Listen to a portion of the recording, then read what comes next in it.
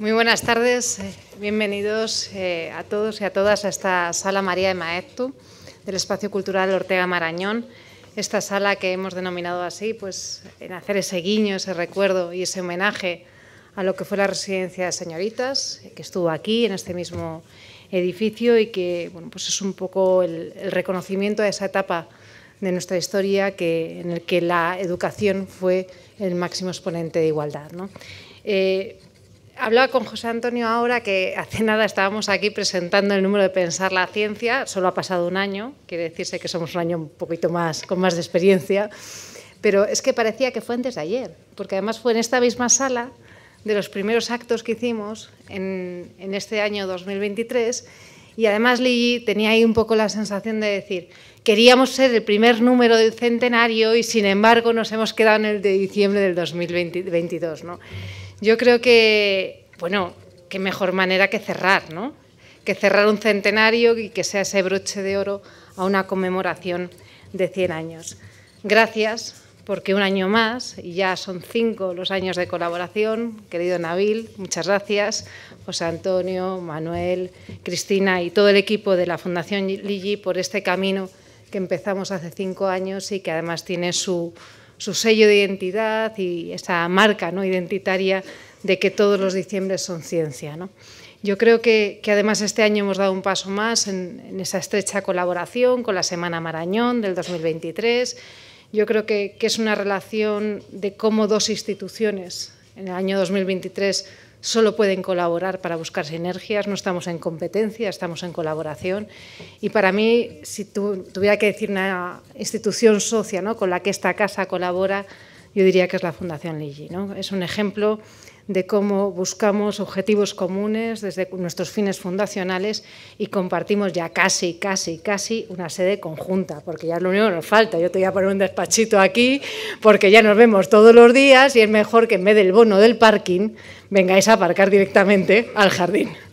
Entonces, bueno, fuera de bromas, para nosotros es un gusto trabajar con vosotros, es una experiencia magnífica, los equipos están coordinados, están engrasados y yo creo que eso es difícil de alcanzar y es un logro mantener, ¿no? Este año y hoy presentamos el número de la ciencia en 100 años. Hace tan solo 12 meses aquí había una conferencia maravillosa de Juan Pablo Fusi, nuestro vicepresidente primero de la Fundación, que hacía una lectura de los 100 años de España al hilo, ¿no?, en paralelismo con los 100 años de Revista Occidente. Empezábamos con la historia y terminamos con la ciencia. Yo creo que, como decía de la Cortina, ¿no?, en esa magnífica conferencia que dio en esa lección magistral Andrés Laguna en la Universidad de Alcalá, es un binomio ineludible, una unión ineludible, las ciencias y las humanidades. Yo creo que hoy es otro ejemplo. Empezamos con la historia y terminamos con los 100 años de la ciencia. Gracias por vuestra colaboración, gracias por vuestro apoyo, gracias porque sentimos que caminamos conjuntamente y creemos que este número de ciencia de Revista Occidente es una pieza más, ¿no?, de ese diálogo que en esta casa, desde Ortega y Marañón, creemos que la ciencia y el pensamiento tienen que ir de la mano. Yo aquí termino, pero tengo que presentar, como diría él mismo, porque yo le he escuchado muchas veces decir a Fernando Rodríguez Lafuente, que cuando se va a presentar a alguien que ya todo el mundo le conoce, es impresentable, ¿no? Y entonces, esta broma que ha hecho muchas veces, de repente, antes de entrar, me dicen, tienes que presentar a Rodríguez Lafuente. Y yo digo, pero si eso es impresentable, ¿cómo voy a presentar yo a Rodríguez Lafuente? Por lo tanto, no lo voy a hacer, porque además ya todo el mundo le conocéis. Yo simplemente voy a dar la palabra al director de Revista Occidente, una persona absolutamente referente en esta casa. Ayer sumábamos y lleva más de 30 años en esta fundación, más de 30 años vinculado a Revista Occidente, es quien ha pilotado y ha dirigido este centenario. Para mí es un honor trabajar a su lado, aprender a su lado. Y como él dice, Revista Occidente siempre tiene una frase que usa mucho, ¿no?, que dice que divulgar no es vulgarizar. Y eso lo vais a ver cuando él hable y de su conferencia sobre Revista de Occidente o la modernidad española. Fernando, tuya es la palabra.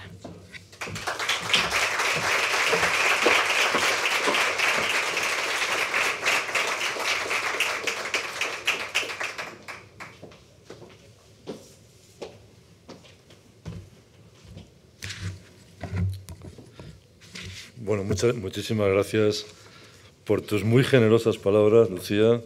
Llevamos años trabajando y la verdad es que uno se siente encantado y, como todos ustedes verán aquí esta tarde, la gran renovación que se ha hecho de la Fundación, no solamente del espacio, sino del espíritu y de los objetivos de la Fundación, son buena obra de Lucía Sala y de todo el equipo. Y, por lo tanto, muchísimas gracias por todo, no solamente por estas palabras, también.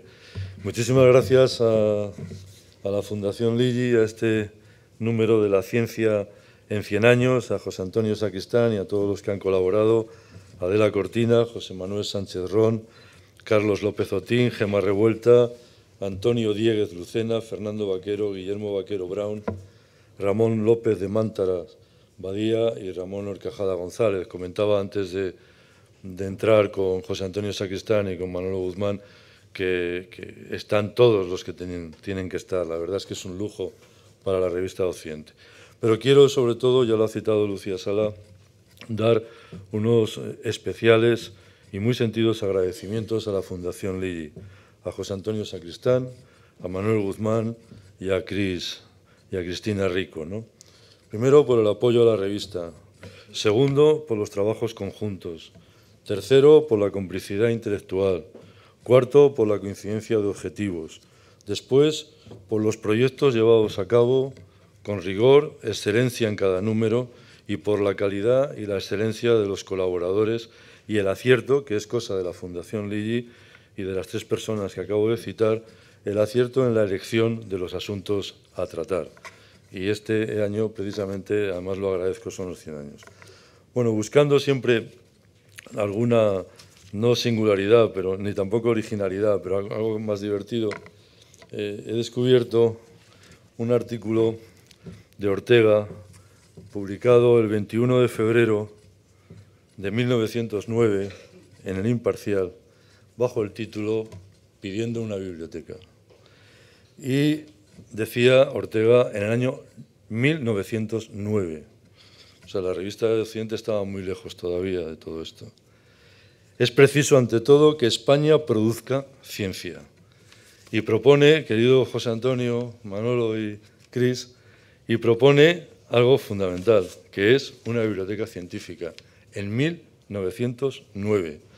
Y le cito: hoy es muy difícil realizar trabajos científicos en España. Salvo algunas materias, es decididamente imposible. Comienza por no haber una sola biblioteca de libros científicos modernos. La Biblioteca Nacional es inservible. Bueno, con permiso de Ana Santos, que hoy sí es inservible, pero estamos en 1909. La Biblioteca Nacional es inservible. Yo no sé si era Menéndez Pelayo el director, pero en fin. La Biblioteca Nacional es inservible. Apenas si basta para asuntos de historia y literatura españolas, que son las disciplinas menos europeas. Las demás ciencias se hallan por completo desprovistas de material bibliográfico. Faltan las obras más elementales. Apenas si hay revistas. Y continúa. Creo que una biblioteca de libros científicos, y claro está que esto quiere decir de libros científicos extranjeros, es institución mucho más urgente que ese Teatro Nacional proyectado, porque en ese momento se estaba proyectando un...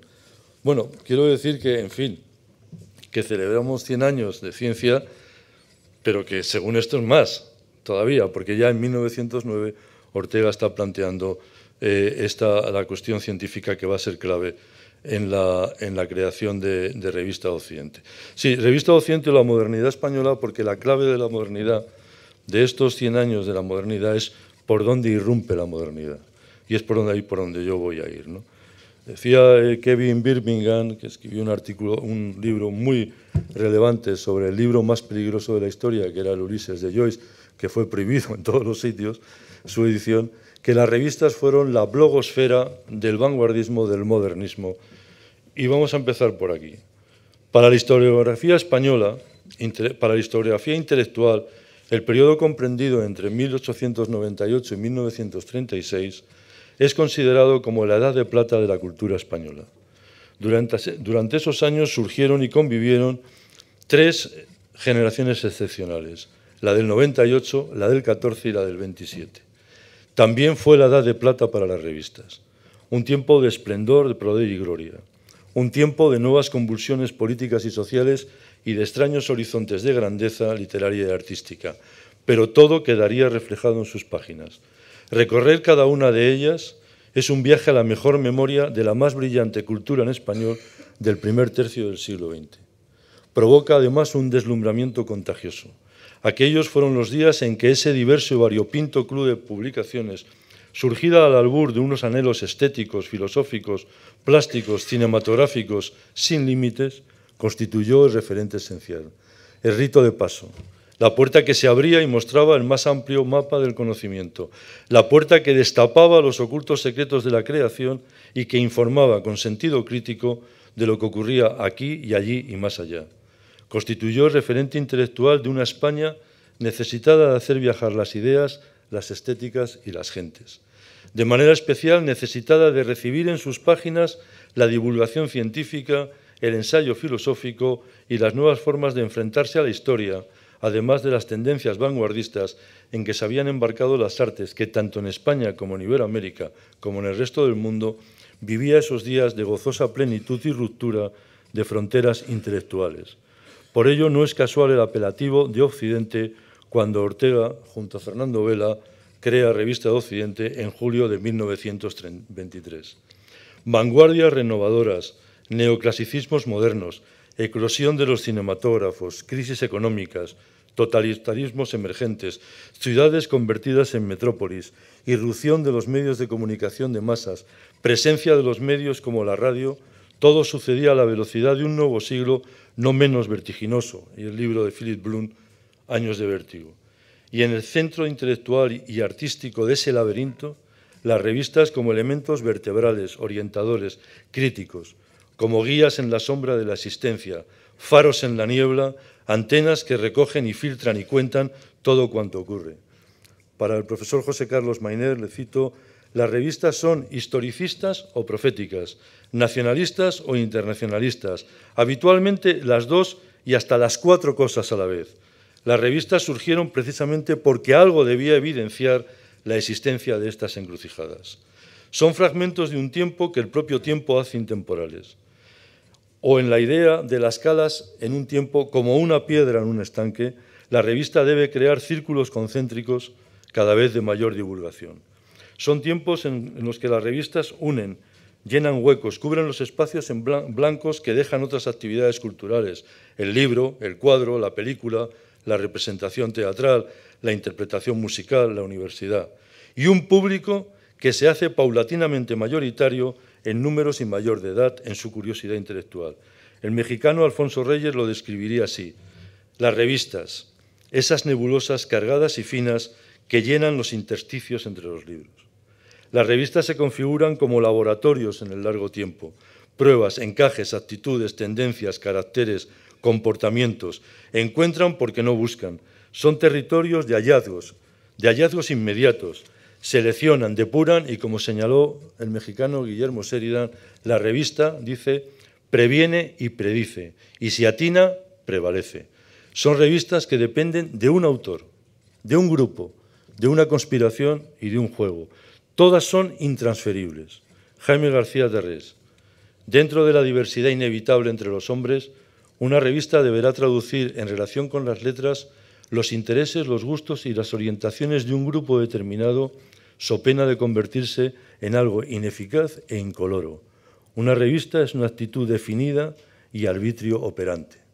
La literatura, las artes plásticas, el teatro, la música, el cine, son creaciones que solo están hechas a base de textos definitivos, pero también surgen con dudas, con pasos en falso, con tentativas e incertidumbres, cuyas huellas, acaso más que en cualquier otra actividad social y pública, quedaron reflejadas en las páginas de estas publicaciones.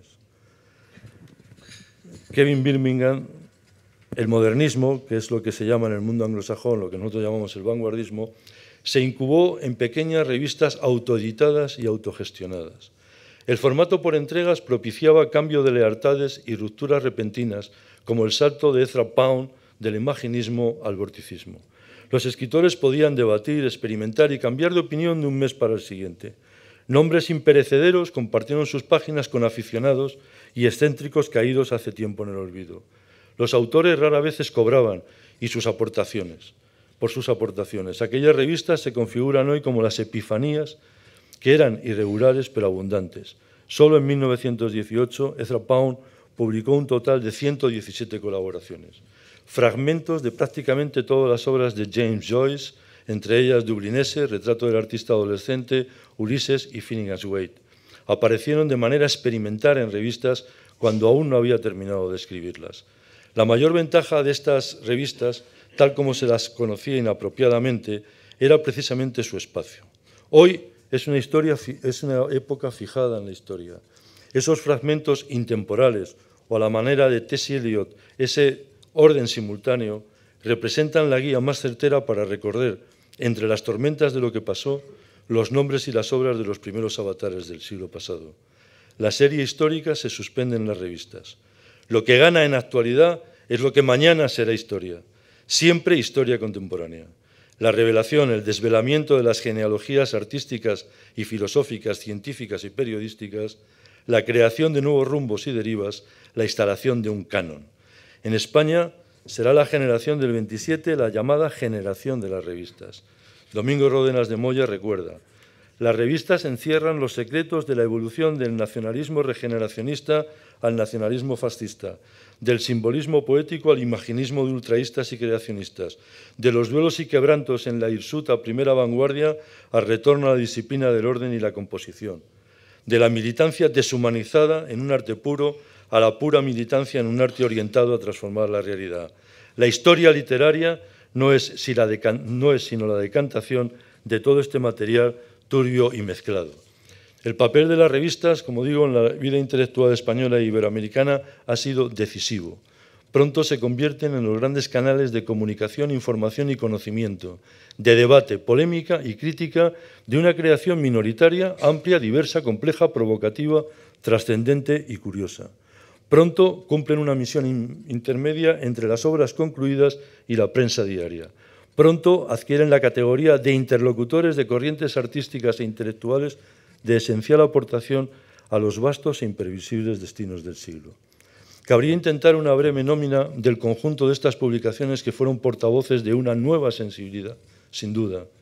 El posible cuadro de honor de esta distinguida hemeroteca internacional aparecen los nombres de Criterion, The Egoist, The English Review, The New Age en el Reino Unido, 900 y Nuova Antología en Italia, Europeiche Review en Alemania, Book Review, Poetry, The Dial, The Literature Review en Estados Unidos, Revista de Avance en Cuba, Proa, Martín Fierro y Sur en Argentina, Orfeu, Atena, Presenza en Portugal, Claxon en Brasil, Creación, Elixe, Caballo de Bastos en Chile, Proverbe, La Révolution Surréaliste, Favorables País Poema, Minotauro, La Nouvelle Revue Française en Francia, Amauta en Perú, Mito en Colombia, Válvula en Venezuela, Ulises y Contemporáneos en México, Los Nuevos y la Cruz del Sur en Uruguay, Revista de Occidente y la Gaceta Literaria en España, y tantas otras. Pero es que solo en España, además de las dos citadas, se publican Ultra en Madrid, Ultra en Oviedo, Carmen y Lola en Santander, Mediodía y Grecia en Sevilla, Papel de Aleluyas en Huelva, Gallo, que la crea Federico en Granada, Parábola, Burgos, Albortaik en Barcelona, La Pluma en Madrid, L'Amic de les Arts en Barcelona, Hermes en Bilbao, Trozos en Barcelona, Alfar en La Coruña, Cruz y Raya en Madrid, Gaceta del Arte en Santa Cruz de Tenerife, Litoral en Málaga, Caballo Verde para la Poesía en Madrid, que la crean Neruda y Manuel Artolaguirre, Verso y Prosa en Murcia, Meseta en Valladolid, Manantial en Segovia. Si cupiera encontrar un elemento común en el caso referido a España e Iberoamérica, a este cúmulo de heterogéneas publicaciones, no sería otro sino el señalado por José Carlos Mayner. Un tono ecléctico entre la modernidad cosmopolita y el endeudamiento a lo racial. Ortega vislumbra a través de las revistas la topografía posible de la nueva sociedad de masas. Sabe que lo que no sale en los nuevos y poderosos medios de comunicación no existe, que la cultura democrática, la vida pública requieren de una presencia constante que trate de los asuntos de cada día y de los grandes asuntos, lo que el filósofo definirá como los temas de nuestro tiempo. Que la opinión pública se forja en los medios y que, por tanto, el asalto a los medios no es solo necesario, sino urgente. Los medios son piezas muy delicadas que en manos de desaprensivos, populistas o sensacionalistas pueden ocasionar estropicios monumentales en la convivencia ciudadana. Es urgente, por ello, que sean intelectuales, profesores, literatos, científicos, quienes se pongan al frente de la opinión, la moderen y la modelen. Son las minorías selectas. Pero en la calle, en las publicaciones, no aisladas en los libros, en las conferencias, en los laboratorios, en los departamentos. No es extraña una declaración de Ortega como la que sigue. Yo tengo que ser a la vez profesor de universidad, periodista, literato, político, contertulio de café, torero, hombre de mundo, algo así como párroco y no sé cuántas cosas más. Lo cierto es que ya en 1915 Ortega funda el semanario España. Es su primer director y el redactor de un texto cuajado de referencias a esa doble vía, la modernidad y la nación. ¿Serán compatibles? ¿Es posible regenerar el tejido nacional carcomido con los vientos de la furiosa contemporaneidad? Y escribe: nacido del enojo y la esperanza, pareja española, sale al mundo este semanario, España.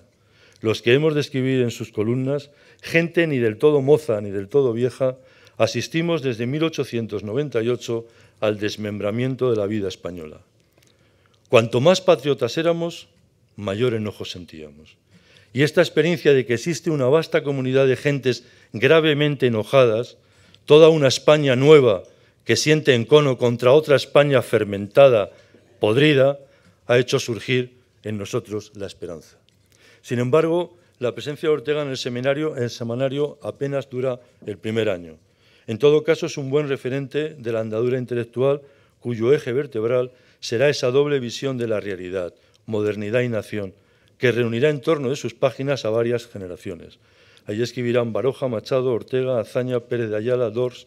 Este primer paso en la trayectoria de Ortega de colocarse al frente de las publicaciones periódicas y hacer valer una voz en el laberinto español significa también el aldabonazo de todo lo que vendrá después.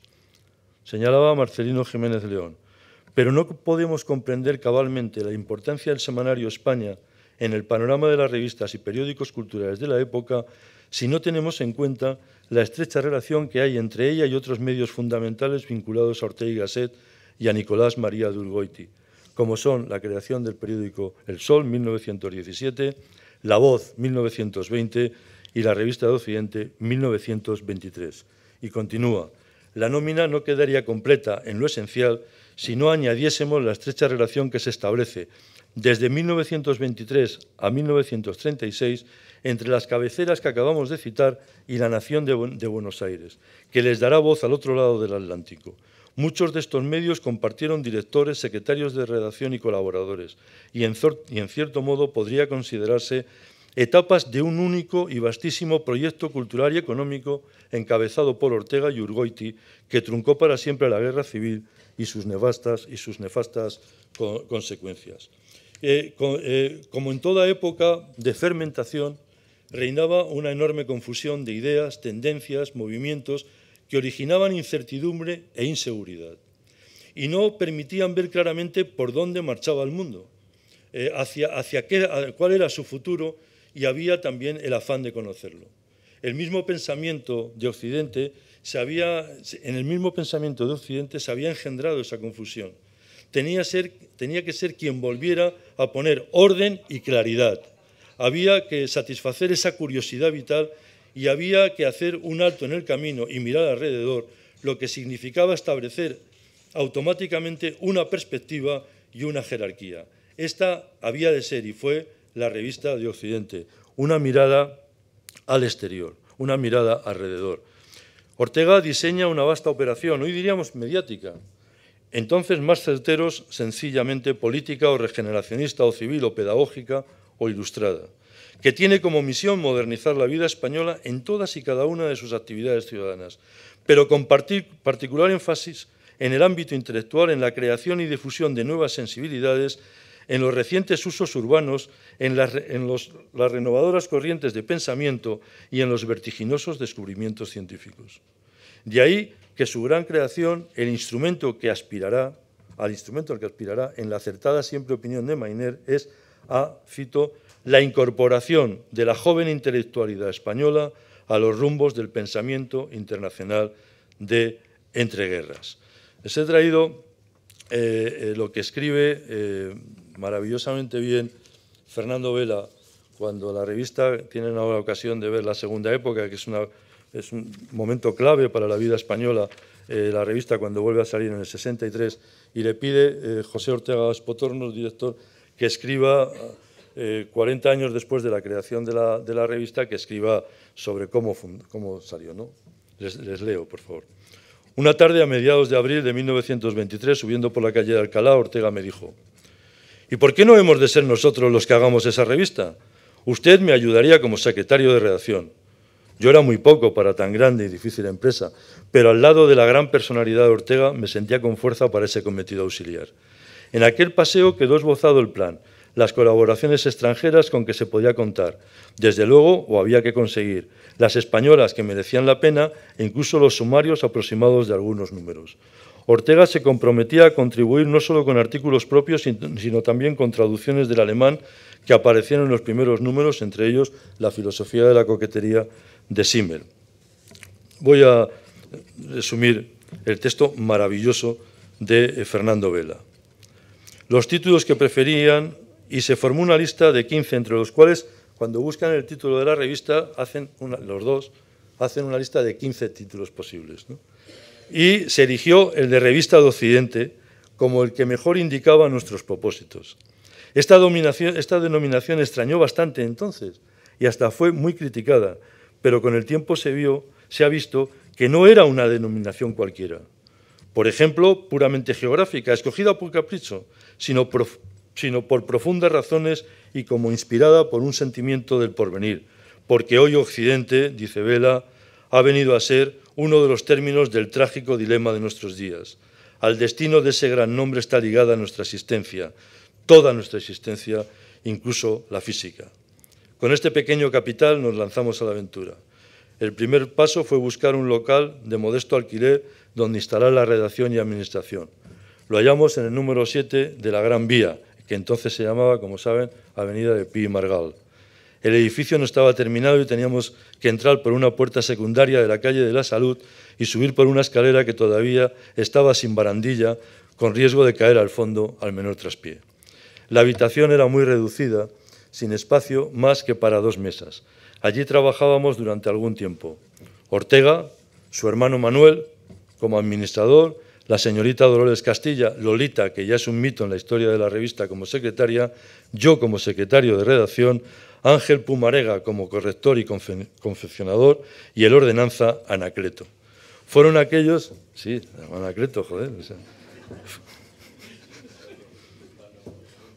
Un ordenanza se puede llamar Anacleto, joder. Fueron aquellos los tiempos heroicos de la revista, como después los hemos llamado, en que el entusiasmo suplía todas las deficiencias. Todos trabajábamos en todo. Yo tenía que ir a la imprenta por los ejemplares terminados que llevaba en taxi y después con Lolita hacía y ataba los paquetes para su envío a las librerías y al correo y ayudaba también a hacer las facturas. Más tarde alquilamos 2 habitaciones mejores en el mismo edificio cuando este estuvo terminado y posteriormente en el mismo piso un despacho para Ortega que llenó las estanterías de libros y un salón donde desde entonces se reunió la concurrida tertulia a la que acudían todas las tardes artistas, escritores, catedráticos, científicos y políticos. Y además, como saben, a partir de ahí lo que hace es crear también la editorial Revista de Occidente y colocan al profesor don Manuel García Morente, que es el que la cuidó hasta 1934. Es una perfecta metáfora que ilustra cómo la propia sede de la Revista de Occidente se presentaría físicamente como el ejemplo palpable de esa búsqueda, de esa ansia de modernidad que la nación creía exigir. Es que ellos llegan al despacho, que estaba, por cierto, no lo contaba Vela, pero estaba encima de la Casa del Libro, que entonces se llamaba el Palacio del Libro, y que es curioso que este año se han cumplido el centenario de la revista y de la Casa del Libro al mismo tiempo, ¿no? ¿Y por qué dicen que no estaba terminada y tal? Porque en ese momento se estaba construyendo la Gran Vía. el rey don Alfonso XIII inaugura la Gran Vía, creo que a finales del 1923, y ellos ya se han instalado en julio, que todavía está todo por terminar, ¿no? Pero como digo, es una perfecta metáfora de la propia sede. Lo que vale hoy es la hoja de propósitos que escribe Ortega abriendo el primer número. Comienza por enseñar las cartas de la partida a jugar, sin el trampantojo patrio, sin el retorcimiento tan castizo de los espejos deformantes. Solo dirá con noticias claras y meditadas, acontecimientos, ideas que contagien la curiosidad, auténtica arma intelectual del lector. Esta curiosidad que vale lo mismo al pensamiento o la poesía que al acontecimiento público y al secreto rumbo de las naciones, es bajo su aspecto de dispersión e indisciplina la más natural, la más orgánica. Se trata de responder a lo que Ortega llama la vital curiosidad y al deseo, cito, de vivir cara a cara con la honda realidad contemporánea. Claridad, orden, información, selección. Jerarquía, que es la expresión orteguiana, hoy molesta, pero real. Son los materiales sobre los que se levanta el plano de la nueva arquitectura en que la vida occidental se está construyendo. Son múltiples los testimonios, las monografías, los capítulos, las reseñas dedicadas a esta publicación. El mayor éxito editorial de Ortega. Ródenas de Moya. Es imposible exagerar la calidad y trascendencia de esta revista mensual en la cultura española de los años 20 y 30. Yo diría que también iberoamericana, porque un dato que es importante es que los ejemplares de la revista se vendieron durante toda su primera época a 5,50 pesetas. Era una pasta, por cierto, para la época. Y no se tiraban más que 3.000. Hay que decir que también, para ser reales, que casi nunca se agotaban. Pero una gran parte de la edición era vendida con el consiguiente descuento a espasa calpe para su envío a Hispanoamérica, principalmente Argentina. Juan Manuel Bonet, en la exposición que hicimos en la Biblioteca Nacional, trajo algunos ejemplares de la revista Occidente vendidos en Argentina, que había descubierto en San Telmo, en los que se había tachado, se había puesto una pegatina, entonces el precio en pesetas y se había puesto en pesos. Y es verdad, y esto ha sido algo increíble para cualquier publicación española, que la mitad de la edición que la compraba espasa iba a América, ¿no? Esto no se ha vuelto a repetir. Y Ródenas de Moya dice, es imposible exagerar la calidad y trascendencia de esta revista mensual. Determinó modos de pensar y modas literarias, enalteció a ciertos autores, engendró rencor incurable en otros, se convirtió en la tribuna internacional a la que cualquier escritor aspiraba a subir y creó su propia editorial con un catálogo tan abrumador como son hoy los índices de la revista. Si estuviéramos en clase y les preguntara, ¿ustedes saben cuál es el bestseller de Revista de Occidente? Es sorprendente. Hoy no lo sería, probablemente. El bestseller, el libro más vendido de la editorial de Revista de Occidente fue El romancero gitano de Federico García Lorca, que lo editó. Y esto fue, de todos los libros que habían editado, y eran libros muy importantes, ese fue el más importante, ¿no? También cuenta Vela algo muy divertido, ¿no? Para los que hemos sido durante muchos años secretarios de redacción y lo hemos vivido exactamente lo mismo. Y era que Vela contaba muy bien cómo cuando a Vela le llamaban el aduanero, porque es que era técnico de aduanas, había sacado la oposición de aduanas, ¿no? Pero le llamaban el aduanero porque era el que pasaba a la aduana de los artículos que en Revista Occidente se publicaban o no se publicaban, ¿no? Entonces, él era, porque Ortega incluso dejaba tanto hacer, no, totalmente, como después Ortega Espotorno José, como después Soledad Ortega Espotorno, como José Valera Ortega, me han dejado a mí. O sea, yo hacía la revista, el secretario de redacción era el que hacía la revista para bien y para mal. Y Ortega, incluso hay alguna carta que dice ustedes los de la revista, refiriéndose al pobre Vela y a la pobre Lolita Castilla, ¿no? Pero contaba Vela muy divertido, bueno, en fin, muy divertido, que dice, lo cito, es curioso que cuando se rechazaba algún trabajo se me atribuía únicamente a mí la decisión negativa, porque siempre le escribían, si Ortega lo habría leído, habría reconocido su valor. Pero si era aceptado, se debía exclusivamente al juicio de Ortega sin intervención mía.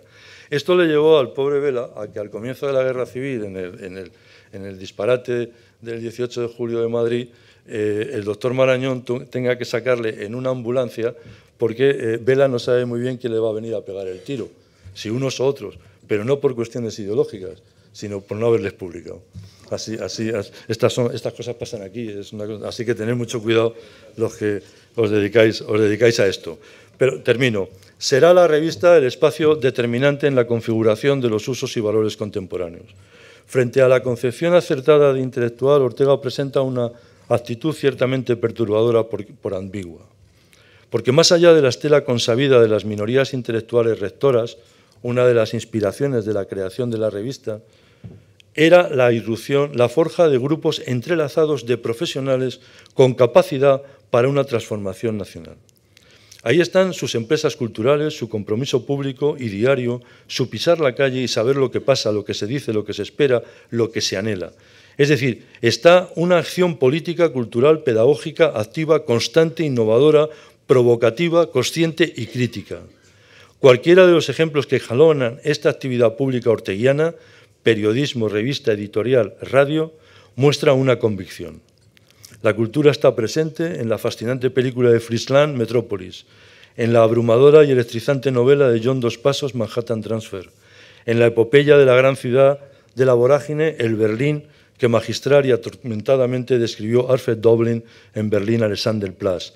Está en los huecos de una geografía urbana caótica e inquietante, escenario de la proclamación de las masas y su rebelión, metáfora de la comunicación y del azar. Está no solo en los periódicos, altavoces de la opinión sensata y altavoces de los exabruptos más sensacionalistas.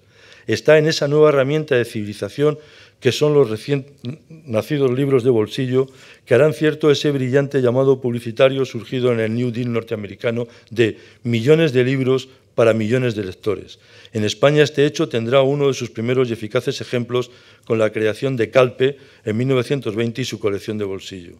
Está en las investigaciones científicas que cambian el sentido del tiempo y del espacio. Está en los nuevos medios de expresión y comunicación como el cinematógrafo y la radio que encandilan y abruman y asombran a millones de espectadores y oyentes. Luis Buñuel, en sus memorias publicadas bajo el título Mi último suspiro, cuenta cómo Ortega, al salir de una de las sesiones que el director de Un perro andaluz organizaba en la residencia de estudiantes, le confesó que si tuviera 20 años se dedicaría al cine. Buñuel, por cierto, quien tras su paso por el Hollywood de la doble versión y la aparición del cine sonoro, fue productor ejecutivo de Filmófono, que era la productora cinematográfica creada por Urgoiti. Aquí, como ya sabemos, siempre hay unos y otros. La de derechas era Cifesa y digamos que la de izquierdas era Filmófono. No cambiamos mucho, pero en fin, ahí estamos. Los diarios El Sol y Crisol, la unión de emisoras de radio, Unión Radio, que hoy es la cadena SER, y la editorial Espasa Calpe. Todas bajo la influencia y la inspiración orteguiana. En esa geografía invisible se instalan los resortes, los ángulos y los recursos de un tiempo nuevo. Un tiempo que al vértigo de los acontecimientos abre el espacio cultural a unos horizontes sin fronteras. Como bien destacó Cacho Viu, otro de los éxitos de la revista sería desplazar el centro de gravedad de la publicación, al contrario de lo que era habitual en la tibetana España, no a las firmas españolas ya consagradas, sino a los escritores nuevos. Esto es impresionante porque cuando Ortega publica a Federico, si me permiten el chiste, que no lo es, Federico García Lorca no sabe qué es Federico García Lorca. Es sencillamente Federico García Lorca que acaba de llegar de Granada. No es el que se va a convertir. Y hay alguien que cree en él. Cuando la Oda a Ramón Sigé de Miguel Hernández, Generación del 36, se publica en la revista Occidente, Miguel Hernández no es Miguel Hernández.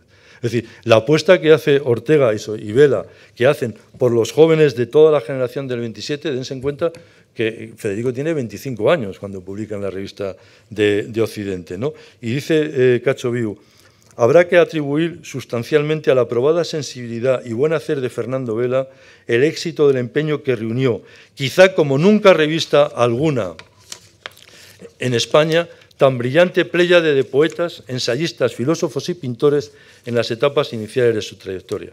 No les voy a citar los nombres de la primera que citan, pero sí algo que Ortega tiene particular y donde sí interviene de manera decisiva es en esta cuestión de la proyección de la lengua española, ¿no? Él era gran amigo de Alfonso Reyes y Alfonso Reyes había escrito en 1915 lo siguiente: si el orbe hispano de ambos mundos no llega a pesar sobre la tierra en proporción con las dimensiones territoriales que cubre, si el hablar la lengua española, mexicano, no ha de representar nunca una ventaja en las letras como en el comercio, nuestro ejemplo será el ejemplo más vergonzoso de ineptitud que pueda ofrecer la raza humana. Es decir, Ortega es muy consciente de eso, por eso en una conversación con Alfonso Reyes, cuando Alfonso Reyes es embajador de México en Buenos Aires y Ortega está exiliado en Buenos Aires, Ortega le viene a confesar, en base a todo esto y lo que los dos habían hecho, que él dice, a mí, Alfonso, lo que me gustaría es ser recordado como Ortega el americano. Basta repasar la nómina de creaciones culturales de Ortega durante estos años de la Edad de Plata española e incluso después, durante el penoso y tan maltratado historiográficamente exilio de Ortega, para trazar concienzudamente el mapa de esa convicción que tanto le distingue de otros en la propia España. No solo por la aparición del Sol o la creación de Calpe, la revista Occidente, o por la sabiduría y audacia de ser los primeros en Europa en la publicación de libros de bolsillo, o por la dirección de colecciones editoriales, ya en Espasacalpe como Nova Novorum, que significó enlazar la narrativa en español. Ortega era consciente, como les he dicho ya en eso, con las vanguardias europeas, en concreto con aquellas que estaban creando una nueva idea y realidad de la vida contemporánea.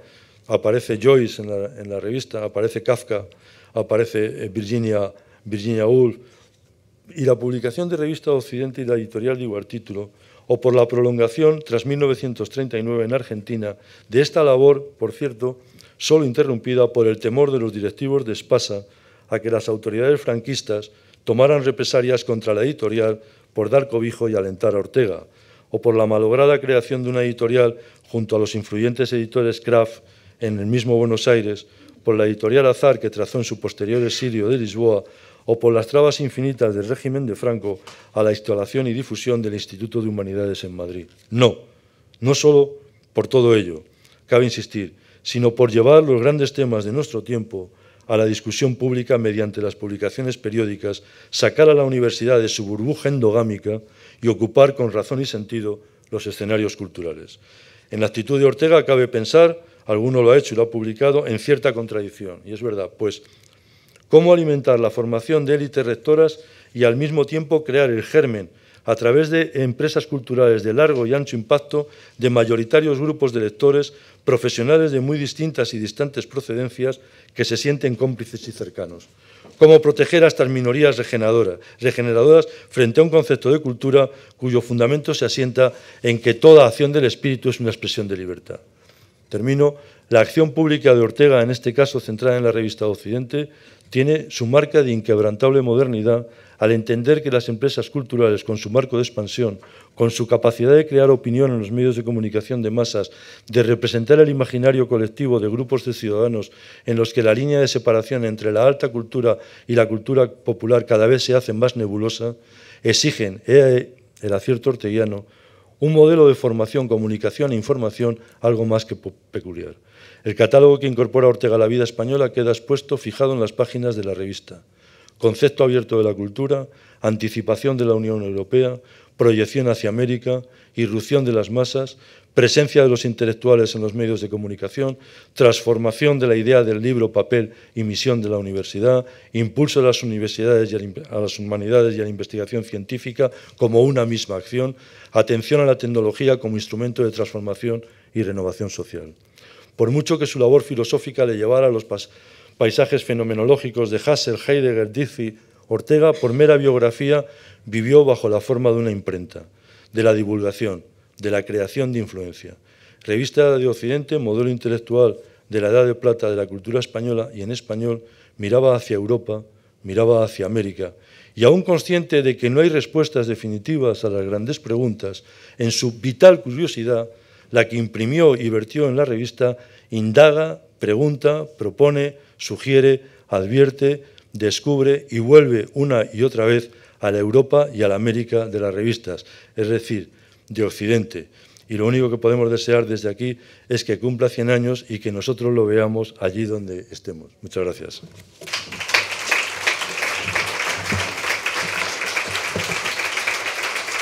Muy buenas tardes a todos. Vamos a continuar con esta segunda parte, después del café y del roscón, con esta segunda parte del acto, previa al coloquio. Yo soy José Antonio Sacristán, soy el director de la Fundación Lili, como se ha comentado, y bueno, pues es un placer estar aquí un año más. Como decía la directora general de la Fundación Ortega Marañón parece que fue ayer cuando estábamos presentando el número anterior, el del 2022, Pensar la ciencia. Ya ha pasado un año. No pudimos presentar el primer número del centenario por uno, pero estamos aquí en el mes de diciembre presentando el último número del centenario de la revista de Occidente. Así que un verdadero honor colaborar, como decía la directora general, Lucía Sala, pues, en este camino que estamos recorriendo juntos, la Fundación Lili y la Fundación Ortega Marañón, que claramente pues, tenemos objetivos, proyectos comunes. Yo creo que sobra decir que las dos figuras que dan nombre a esta fundación, Ortega y Marañón, pues representan como pocos intelectuales los objetivos y los pilares en los que se sustenta la Fundación Lili, que como ustedes saben son la ciencia, la medicina y el humanismo. Aparte de agradecer a la Fundación Ortega y a Lucía Sala sus amables palabras, quiero también dar las gracias al director de Revista de Occidente, Fernando Rodríguez Lafuente, felicitarle por su magnífica conferencia. Me ha encantado, Fernando, muchas gracias. También a la secretaria de redacción, Amalia Iglesias, y a la gerente de la revista, Carmen Asenjo, con quien es un placer trabajar cada año para generar este número de diciembre monográfico sobre ciencia. La colaboración con la Fundación Ortega Marañón, la verdad es que ya viene de lejos, ya llevamos varios años colaborando en distintos proyectos. Este año, por ejemplo, hemos colaborado en la exposición permanente de Ortega y Marañón, que se ha comentado que se celebró a principios de este año, y también hace pocas semanas con la Semana Marañón, en la que participamos activamente, en la cual Fernando Andrés, que aquí nos acompaña, fue director de esta semana, y unos actos pues, de máximo interés en conmemoración de nuestro médico humanista, ¿no? más importante. Y con Revista de Occidente la colaboración, pues ya, como señalaba también Lucía Sala, viene de lejos, de 5 años. Este es el 5º año que coordinamos este número sobre ciencia. Y por revisar brevemente cuáles han sido los temas, ahí los tienen, no sé si se leen muy bien, pero en el año 2019 tocamos el tema de la ciencia compartida en español, un tema, el del lenguaje científico, fundamental, como decía Fernando Rodríguez Lafuente hace unos momentos. En el 2020 el tema elegido fue el año de la pandemia. En el 2021 España y la media ciencia, esa expresión de Cajal, ¿no? que lamentablemente sigue estando vigente. El año pasado Pensar la ciencia, como ya se ha dicho, y este año el título es La ciencia en 100 años. La presencia de la ciencia en la Revista de Occidente no es algo nuevo ni casual. El interés de Ortega por la ciencia es evidente en sus escritos. Escribió muchísimo sobre la física, las matemáticas y muchos de los autores y de los físicos más importantes y de los científicos más importantes de la época pasaron por las páginas de esta revista, o directamente, o artículos que hicieron referencia a ellos. Y esta presencia de la ciencia ha sido un continuo a lo largo de toda la historia de la revista. Algo que yo creo, y como se dice en la presentación del número, es bastante insólito para una revista cultural, como Revista de Occidente. Por cierto, ayer, como se ha dicho también, se presentaba la inauguración de la exposición de la segunda época de Revista de Occidente, y uno de los ponentes decía que Revista de Occidente no es una revista cultural, sino una revista de conocimiento. En este sentido, yo creo que es lógico que una revista de conocimiento incluya temas relacionados con las humanidades, pero que siendo de conocimiento, la ciencia, lógicamente, tiene que estar ahí. Yo no sé si es de conocimiento o es una revista cultural, porque también, como saben, y se repite tan a menudo, la ciencia es cultura, con lo cual, sea revista de conocimiento, sea revista cultural, la ciencia debe estar en Revista de Occidente, y yo creo que es algo que debe enorgullecernos, esta presencia continua durante 100 años en la revista. Y también en la exposición, si lo han podido ver al entrar, y les recomiendo que vean la exposición, El título es Claridad, claridad. Claridad, claridad hace referencia precisamente a los objetivos que planteaba Ortega en el primer número de la revista, cuando decía claridad, claridad demandan ante todo los tiempos que vienen. Claridad, por supuesto, que debe venir de el resto de las áreas, de la historia, de la filosofía, de las artes, de la política, de la psicología, pero que debe venir también, lógicamente, de las ciencias. Y él decía, para los tiempos que vienen porque el pensamiento y la reflexión siempre son necesarios en cualquier tiempo, pero yo creo que en este que estamos viviendo ahora, donde existe esta sensación, que también decía Ortega, de presentimiento, en el que notamos que algo está cambiando en el mundo, algo importante va a ocurrir, difícil imaginarnos cómo va a ser el mundo dentro de 20 años, este presentimiento que tenemos hace que el pensamiento y la reflexión sean aún más necesarios. Por eso, estos dos elementos fueron los que consideramos cuando estuvimos diseñando este número de diciembre, este número que era tan especial porque es el que cierra el centenario. Y quisimos que tuviera dos características fundamentales. La primera de ellas, que estuvieran presentes las ciencias, por supuesto, porque es un monográfico de ciencia, pero que también se incorporasen otras formas de conocimiento. No queríamos que fuera un número exclusivo de ciencia, no queríamos caer en el cientificismo, ¿no? Sino que pretendíamos una visión mucho más integradora, como creo que se ha logrado en algunos de los capítulos. Y en segundo lugar, también que se reflexionara sobre los tiempos que vienen, sobre el futuro. Y esto es lo que pedí personalmente a todos los autores que han participado, a los cuales, algunos están aquí hoy presentes, pues les agradezco primero que aceptasen participar en este número y segundo que aceptasen este reto de escribir sobre el futuro en una revista que es sobre los 100 años de revista. Pero bueno, como en español la preposición en es también equivalente a el dentro de, ¿no? O sea, qué es lo que va a ocurrir dentro de 100 años, pues este fue el reto que yo les proponía, ¿no? Hablar de los temas que conocen, pero con esa visión del futuro. Lógicamente, en estos pocos minutos es imposible resumir el contenido de la revista. Yo lo único que quiero es estimular su lectura. Lo que sí que les digo es que son autores de primerísimo nivel y que los artículos pues son excepcionales. Y por dar unas breves pinceladas y por animarles a que lo lean antes de empezar con el coloquio, muy brevemente, el primer artículo, Humanidades y Ciencias, una alianza ineludible por parte de Adela Cortina. Ella nos habla de esa necesaria integración entre las ciencias y las humanidades, esa reivindicación que tenemos desde hace tantos años y que no llega nunca a cumplirse. Ella nos dice que las humanidades también nos ayudan a comprender el mundo, resuelven problemas concretos y generan riqueza y progreso, que son elementos que clásicamente hemos atribuido a las ciencias, vamos a llamar, duras. El segundo capítulo, el segundo artículo, se titula La ciencia que viene. Y en él, el profesor José Manuel Sánchez Ron, que hoy nos acompaña, un historiador de la ciencia, nos habla sobre el futuro. Puede parecer paradójico que un historiador nos hable sobre el futuro, pero él lo dice al principio de su capítulo. Dice, es un reto, no sabemos, es muy difícil predecir cualquier cosa, pero es más difícil predecir qué es lo que va a ocurrir con la ciencia, porque la ciencia es ruptura, es sorpresa y es muy difícil saber qué es lo que va a ocurrir en 20 años, ¿no? Pero él se atreve y escribe un magnífico artículo intentando adivinar cuáles son las disciplinas científicas que van a tener un mayor impacto en las próximas décadas.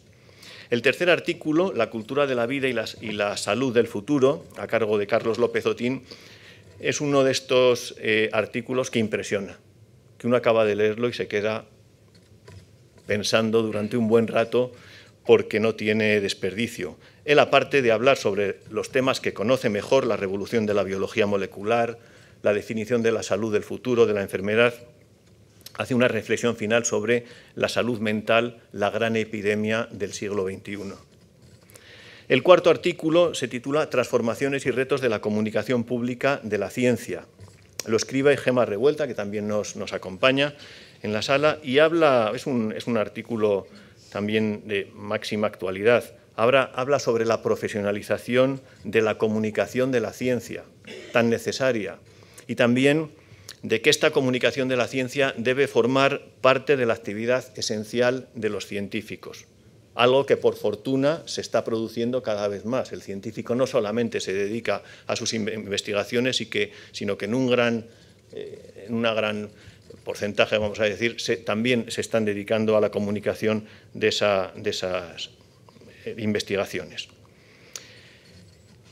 El siguiente artículo se titula El futuro de la filosofía de la ciencia y lo escribe Antonio Diéguez. Antonio Diéguez, que es uno de nuestros filósofos de la ciencia más prestigiosos, y él nos dice que la filosofía de la ciencia ha cambiado de tema, que de estar centrado, como ocurría en las últimas décadas del siglo XX, en las teorías científicas, en la estructura de las teorías científicas, que es un tema que podría seguir dando juego durante muchos años, pero que la filosofía de la ciencia se ha vuelto más pragmática, que trata de temas que nos afectan más directamente, temas relacionados con la economía, con la sociología, con la psicología, y que además están apareciendo muchas filosofías de la ciencia, de la economía, de la biología, de la química, de las ciencias sociales, etcétera, con un impacto mucho más directo en nuestras vidas. El siguiente se titula La naturaleza imaginada por la ciencia y lo escriben Fernando Vaquero y Guillermo Vaquero Brown. Es un artículo muy original que también les recomiendo que lean. Es un artículo que hace pensar, y este es el objetivo que tenía Ortega con Revista de Occidente. Él siempre pedía a los autores artículos que hagan pensar. Creo que este artículo hace pensar. Ellos hablan sobre la realidad, la razón y esa sensación que dice que tiene el científico cuando hace un descubrimiento que intuye que es verdad. Dicen, intuye que es verdad, casi están seguros de que es verdad, porque probablemente eso estaba antes en su mente. ¿No? Yo creo que es una bonita reflexión. El siguiente, inteligencia artificial o habilidades sin comprensión, a cargo de Ramón López de Mántaras. El tema de la inteligencia artificial pues tenía que estar en este número de los 100 años de Revista de Occidente porque es el tema uno de los temas del futuro. No les voy a revelar nada sobre el artículo, únicamente les diré una frase que creo que refleja bastante bien el espíritu de lo que el autor dice, y es: el problema no es el monstruo de Frankenstein, el problema es el doctor Frankenstein. Yo creo que con esto se entiende lo que intenta transmitirnos. Y el último es un artículo especial, es un artículo que se titula Las mariposas del alma, la dimensión estética de los dibujos de Cajal, y está a cargo de Ricardo Horcajada, también nos acompaña aquí en la sala, un artículo que une la ciencia con las artes, porque él lo que hace es reflexionar sobre varios dibujos de Cajal. Y además lo que nos transmite es que el dibujo es una forma de pensamiento y comunicación esencial. Una idea creo que también bastante potente y se lo aconsejo. Por cierto, la viñeta, ya lo habrán visto, la viñeta del número, como no podía ser de otra forma, es un dibujo de Cajal. En los 100 años de la Revista de Occidente, tratando sobre ciencia, Cajal tenía que ocupar un lugar fundamental en ella. Y cierra el número de Revista de Occidente un regalo que nos hace Raquel Lanseros, que es una de nuestras mejores poetas actuales, 6 poemas que nos regala. Si recuerdan y estuvieron aquí el año pasado, en el número de Pensar la Ciencia escribía un artículo titulado Poesía y descubrimiento. Bueno, pues yo creo que aquí lo que hace es aplicar ese concepto de poesía y descubrimiento, y en estos poemas uno ve claramente que la poesía sirve para entender mejor el mundo y para entendernos mejor a nosotros mismos, ¿no? Que era un poco el mensaje de fondo que nos daba el año pasado en el número. Y con esto termino, no me voy a alargar más, espero con estas pinceladas haberles animado a que lean el número completo.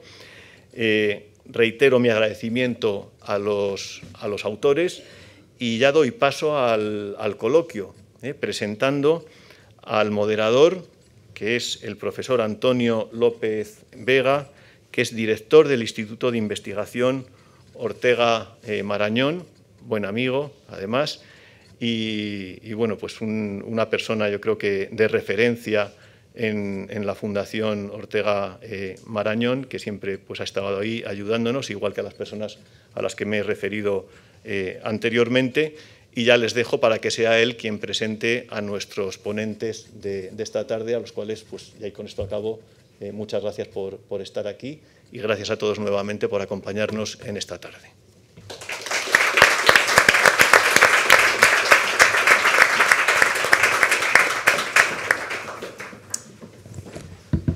Bueno, muy buenas tardes a todas y a todos. Para mí es un gran placer moderar esta mesa con los profesores y profesora, amigos y amiga, Carlos Briones, investigador científico del Consejo Superior de Investigaciones Científicas, Leana Jiménez Toledo, que además de científica titular de CSIC, es miembro del comité de redacción de Revista de Occidente y padre y madre del SPI, de todo, entonces para todos, y del proyecto ILIA, ¿no? que tanta luz ha traído a la discusión científica en todos los ámbitos y, por tanto, querida Lea, esta es tu casa, ya lo sabes. Y Lluís Montoliu, que aunque todo el mundo le pregunta si vive en Barcelona, la verdad es que vive en Madrid desde hace 30 años y, por tanto, es un investigador también del Consejo Superior de Investigaciones Científicas y, por tanto, para hablar de la ciencia en los próximos 100 años, creo que estamos estupendamente bien acompañados hoy aquí. Permítanme que yo me salte brevemente el protocolo y además, como tenemos apenas 40 minutos, no voy a extenderme mucho más, pero sí quería llamar la atención. Estamos terminando literalmente el año del centenario de Revista de Occidente. 100 años son muchos, un año se nos ha hecho muy intenso, yo diría que breve. Todos recibimos más o menos por el día 15 la revista, desde la mayor parte de nosotros desde que tenemos uso de razón, y casi siempre pues algún número se nos pasa porque la vida a veces nos lleva, ¿no? Demasiado precipitadamente, pero de alguna manera entiendo que todos los que estamos aquí tenemos en nuestro imaginario asociada a la Revista de Occidente a alguno de los momentos intelectuales más felices de nuestra existencia, ¿no? Si un año es un tiempo rápido, 5, puede pasar una pandemia por en medio y ustedes recordarán, ¿no? Y el número de la pandemia, efectivamente, como recordaba José Antonio, fue realmente extraordinario. En fin, no sé ustedes cómo llevan el gap de tiempo que nos ha generado a todos la pandemia. 10 años era 1913-1914, el Gozne, que daba paso al centenario de la generación del 14, la de Ortega, Marañón, Azaña, fundamentalmente, y Blas Cabrera, cuya maravillosa biografía nos ha regalado el profesor Sánchez Ron. 15 años era la crisis sistémica de los sistemas financieros, 2008, quiebra de Lehman Brothers, en fin, el inicio de esta pequeña hecatombe que ya dura 15 años, y 20 años era 2003, justo un par de años después de las Torres Gemelas, y en fin, el contexto internacional estaba curioso, habían salido de Afganistán, entraban en Irak, y por tanto piensen ustedes lo que han hecho durante estos 20 años, y cuando hemos recibido la revista mes a mes, todos los que hemos tenido responsabilidades editoriales sabemos lo que supone eso. Bueno, y hay algo muy especial de esta noche aquí, que teníamos, digamos, especial interés en que fuera precisamente aquí y esta noche, y es que es el último número que dirige Fernando Rodríguez Lafuente como director y antes como secretario de redacción de Revista Occidente. Nadie ha dicho nada esta noche de esto aquí, yo quiero hacerlo explícito y quiero que le brindemos.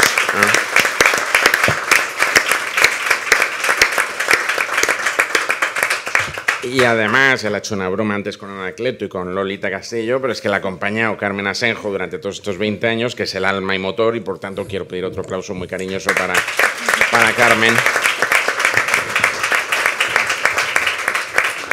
porque les debemos todos, entiendo, momentos muy felices y de plenitud intelectual en ese sentido. Bueno, ya simplemente quería hacer explícito eso, agradeceros a todos los autores este número maravilloso. Quien no lo haya leído todavía, que no se lo pierda, porque efectivamente estamos proyectando no tanto qué ha hecho la ciencia hacia atrás, que digamos podemos recogerlo a través de la maravillosa historia de la ciencia del profesor Sánchez Ron en sus diversas publicaciones, sino la reflexión sobre, digamos, cuál sería la proyección de la ciencia a los siguientes 100 años.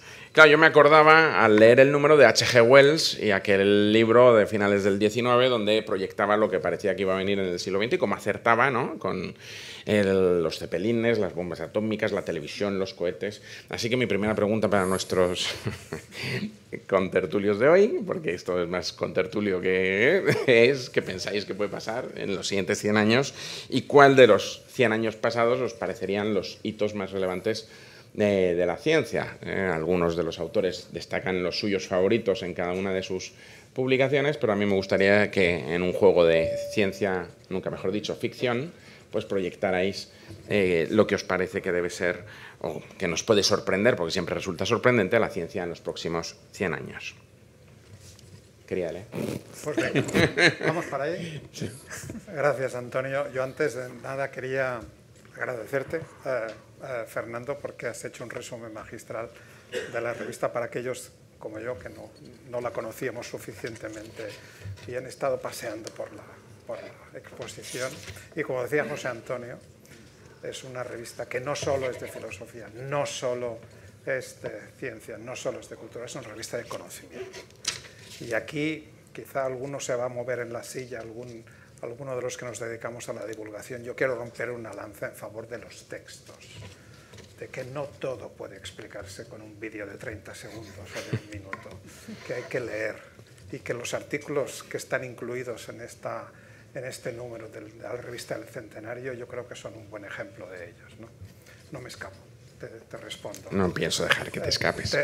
Te respondo. Has mencionado 2003, pero no has dicho qué es lo que podría identificar 2003. 2003 es un año que recordamos poco, pero los genetistas, yo si algo sé es un poquito de genética, recordamos que el genoma humano se presentó en julio del año 2000, finalmente se publicó el primer borrador en febrero de 2001 y este es la efemérides que aparece en los libros, ¿no? Pero con el genoma que teníamos de 2001 poco nada podíamos hacer, estaba lleno de agujeros, estaba muy poco o mal anotado y de verdad el genoma que hemos venido trabajando estos 20 años ha sido el que se publicó en febrero de 2003. Por lo tanto, 2003 es una fecha importante porque es a partir de entonces que somos capaces de leer y de interpretar el genoma de un ser vivo que somos nosotros. Somos capaces de leer nuestra propia información. Y esto sería lo que correspondería al pasado. Lo que viene al futuro, porque tenemos máquinas que son fascinantes, rapidísimas en leer los 3.240 millones de pares de bases. Estos 240 los hemos añadido en los últimos 1 año y medio, ¿no? Que hemos rellenado los pocos huecos que nos quedaban y el cromosoma Y que se nos había quedado ahí por acabar de leer. 3.240 millones de pares de bases. Lo que tenemos que aprender ahora es no solamente a leer, eso lo hacemos estupendamente, sino a interpretarlo.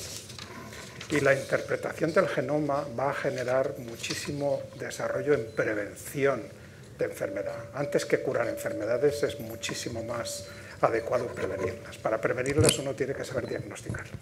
Y el diagnóstico es lo que nos tiene ahora atenazados. El saber a ciencia cierta que tal secuencia dista de lo que consideramos estadísticamente normal y puede corresponder o dar lugar a una enfermedad no es para nada obvio. Y además tenemos que empezar a interpretar que no solamente tenemos que leer los genomas gen a gen, tenemos unos 20.000 genes, sino que cada uno de nosotros somos lo que somos gracias a las 20.000 variantes de estos genes, ¿no? Y tenemos que interpretarlo conjuntamente. Y esto todavía no lo sabemos hacer bien, con lo cual esto es lo que preveo que será en el futuro, que será la mayor comprensión para una mayor prevención, para un mayor diagnóstico de esa carencia de salud que la salud se define como ausencia de enfermedad y ahí el artículo de Carlos López Otín pues detalla que hay mucho que decir al respecto, ¿no? Salud sería más bien cuando las cosas ocurren, dónde tienen que ocurrir, cuándo tienen que ocurrir y si algo se descontrola somos capaces de reaccionar. Ahí me encanta esa definición de Carlos. Y no me extiendo más y luego ya seguimos. Ileana Jiménez Toledo, por favor. Gracias, Antonio. Yo me quiero sumar a las felicitaciones a Fernando, también a Carmen por esta extraordinaria etapa de Revista de Occidente y, por supuesto, agradecimiento a la Fundación Lee y a la Fundación Ortega Marañón por todo lo que se construye alrededor de la ciencia, de la cultura y del pensamiento y que se materializa en este número de la Revista de Occidente. Más que una prospección, o mi prospección sería una vuelta al pasado. Horacio dijo eso de sapere aude, atrévete a pensar, y creo que eso es algo más necesario que nunca y parece que es una obviedad y que lo tenemos todos incorporado, pero realmente creo que el reto que tenemos, la transformación que se está produciendo en la sociedad, todos los retos tecnológicos que se nos plantean con la inteligencia artificial y con muchísimas otras cosas, tienen que ver con nuestra capacidad como humanos para interpretarnos, para saber qué hacemos aquí, qué queremos, para conocer, antes Fernando aludía a esas ideas de Ortega, para hacer circular el conocimiento, para hacer llegar el conocimiento y provocar el pensamiento y la reflexión en la sociedad. Eso nos hace mucha falta, muchísima, y parece una obviedad, pero no conocemos lo suficiente, no leemos lo suficiente, se producen muchos contenidos, circula mucha información. Se produce más divulgación científica que nunca porque estamos comprometidos algunos con la comunicación científica, como apunta Gemma en su artículo de este número de Revista de Occidente.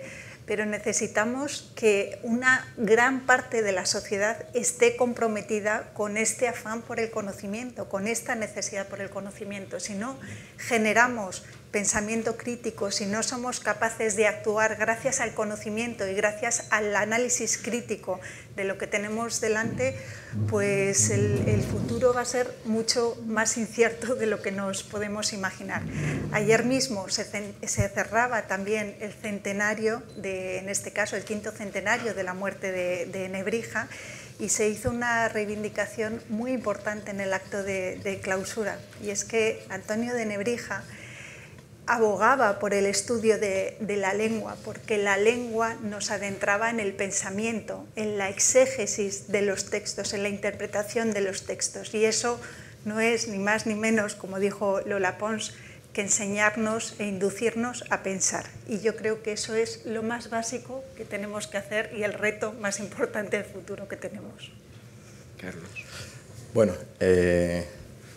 no creo que pueda estar a la altura de mis dos compañeros de mesa, pero sí que quiero comenzar agradeciendo a todos los que estáis aquí, a todos los que lo habéis hecho posible, a Revista de Occidente y a estas dos fundaciones, porque yo creo que la Fundación Ortega Marañón y la Fundación Lili son como, en cuanto a su densidad de conocimiento, como dos estrellas de neutrones que en tal día como hoy se fusionan y van a generar una serie de ondas gravitacionales de cultura que van a trascender el espacio y el tiempo, ¿no?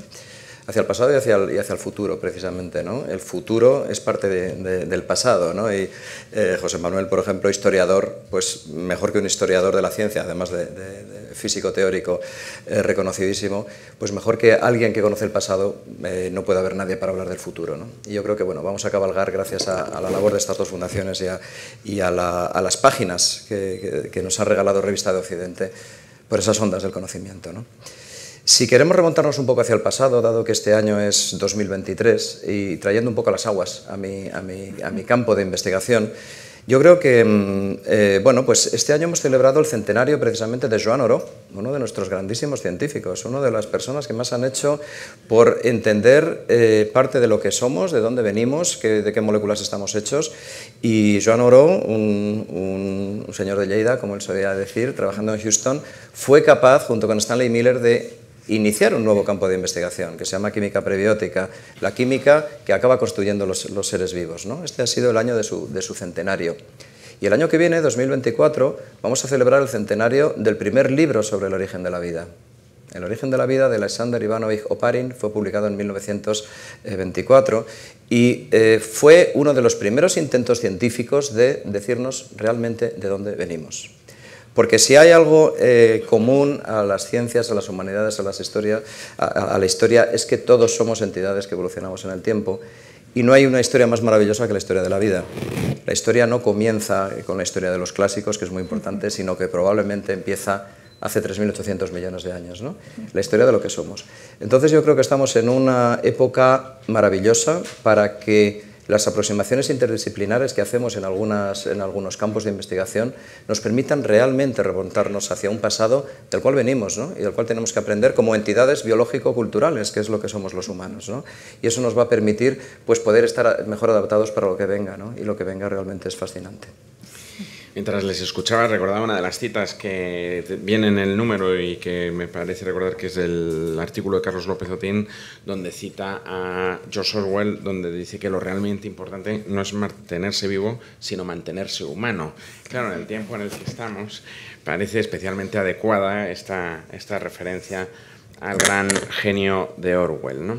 En ese sentido, a mí se me ocurren, y lo dejo abierto en varias derivas de esto, el aspecto sanitario, desde luego parece que es uno de los desafíos que enfrentamos, y ahí yo recuerdo haberte escuchado, Luis, alguna referencia y alguna reflexión sobre el enfoque positivo de la cuestión sanitaria y de la salud hacia el futuro en relación con los desafíos que nos plantea hoy, digamos, el tema del bienestar y qué significa estar enfermo, ser enfermo, sentirse enfermo. El profesor Vandrés dice muchas veces que la enfermedad se ha cronificado y por tanto que ya somos, digamos, usuarios de los sistemas sanitarios, y por tanto una reflexión sobre eso me parece que tendría mucho sentido. Lea, yo ahí te plantearía en relación con esto de mantenernos humanos, y recordando el artículo de Adela Cortina, ¿no? Cómo ella hace un entusiasta y absoluta defensa fundamentada y enraizada, ¿no?, en la tradición humanística sobre la contribución de las humanidades al progreso económico, ¿no? ¿Cómo verías tú las humanidades hacia el futuro? Y en línea con esto que venías señalando sobre la inteligencia artificial y las otras tecnologías, cómo están transformando, ¿no?, el escenario de las humanidades. Y al profesor Briones, y podéis por supuesto discutir entre vosotros, porque esto es un charlar entre vosotros, le llevaría, como dice él, el ascua a su sardina y le diría, bueno, en ese ámbito de cómo seremos humanos, hay algunos que no somos de tus disciplinas y por tanto nos intimida mucho todo lo que está por venir. Por simplificarlo, no voy a entrar en genómica o en biomedicina o en inteligencia artificial, sino dejémoslo en los cyborg. Y por tanto, cuéntanos un poco cómo lo veis, por favor. Bueno, si quieres empiezo. Salud. Siguiendo con el artículo de Gemma Revuelta de la importancia de la comunicación y de la divulgación, yo suelo decir, y esto lo voy a ligar con los temas de salud y enfermedad, que mi escuela ha sido hablarles a los pacientes, hablarles a las asociaciones de pacientes. Trabajo en enfermedades raras y uno puede creer que sabe algo de una determinada enfermedad, puede haber estado investigándola años, pero le está hablando a personas que conviven con esa enfermedad 24 horas al día y que saben infinitamente mucho más que tú, sepan o no sepan expresarlo. Con lo cual, el escoger las palabras, el decidir qué es lo que vas a contar y cómo lo vas a contar, creo que ha sido para mí una escuela. Y aquí incluyo la percepción subjetiva de lo que es estar sano o estar enfermo. Porque, claro, trabajamos en enfermedades raras y es una categoría que nos viene bien epidemiológicamente. Situamos a ellas aquellas que afectan a menos de 1 de cada 2.000 personas nacidas, pero esto es un número arbitrario. Es un número arbitrario que es lo único que cumplen todas ellas en común, ¿no? Aparte de eso, pues probablemente estaríamos todos de acuerdo que la más común de las enfermedades raras, que como saben es la fibrosis quística, son personas que sufren enfermedades, un problema respiratorio que finalmente puede acabar con una necesidad de trasplante de pulmón. Estamos hablando de una enfermedad grave. Pero una persona con sordera congénita está enferma. Pues probablemente no. Claro que no está enferma, es una persona sorda. Una persona de baja estatura, con acondroplasia, ¿está enferma? Pues no necesariamente. En cambio, la acondroplasia y muchas de las sorderas congénitas las consideramos enfermedades raras. Yo trabajo en albinismo, una condición genética que no enfermedad, que se caracteriza por una visión muy pobre, una alteración de la visión más allá de la pérdida de pigmentación. Las personas con albinismo no se consideran enfermas, ¿no? Y este es algo que tenemos que afrontar, esa percepción subjetiva, como decía, de lo que es estar sano y de lo que es estar enfermo, porque eso es lo que también tiene que definir y también tiene que acompañarnos en nuestros esfuerzos de investigación. Y creo que de nuevo, el artículo de Carlos López Otín nos obliga a pensar, como decía José Antonio, es un artículo que no te deja impasible, te conmueve, te emociona, porque va más allá de lo que hoy en día conocemos, ¿no? En genética, hasta hace unos pocos años, pues parecía que lo teníamos todo resuelto, ¿no? Alguien pensó, cuando hemos secuenciado el genoma humano, y vuelvo al genoma humano, pues ya está, ya lo sabemos todo, ya hemos resuelto todos los paradigmas. Y asumíamos que cuando un gen está mutado, pues está asociado a enfermedad. Ahora tenemos millones de genomas completos y tenemos personas que cuando leemos su genoma, un genetista que no le dijéramos de dónde viene este genoma diría, esta persona tiene que estar muerta. Esta persona tiene una mutación que es incompatible con la vida. En cambio, esta persona está viva. ¿Por qué está viva? Pues primero, porque no sabemos suficiente. Y segundo, porque tenemos que pensar en esta mentalidad integrativa del futuro de decir, probablemente hay otros genes que son capaces de cortocircuitar el efecto del primero. Y esto es una nueva manera de entender la salud y la enfermedad que no lo teníamos previsto, ¿no? De la misma manera que seguimos día a día de 2023 sin ser capaces de diagnosticar de un 30 a un 40% de las personas con cualquiera de las enfermedades raras, que clínicamente vemos que presentan los síntomas, pero somos incapaces de descubrir cuál es la causa, ¿no? Por lo tanto, queda muchísimo trabajo por hacer, uniendo desde dónde venimos hacia dónde vamos. Yo, para acabar hablando de humanidades, voy a empezar hablando de neurociencia, o mejor dicho, citando a un compañero nuestro del CSIC, que es Javier de Felipe, neurocientífico, que tiene un libro extraordinario, De la Etolia a la Luna, en el cual hace una introducción absolutamente vinculada a la literatura y tiene una reflexión que es esencial, ¿no?, para esto que estamos tratando esta tarde.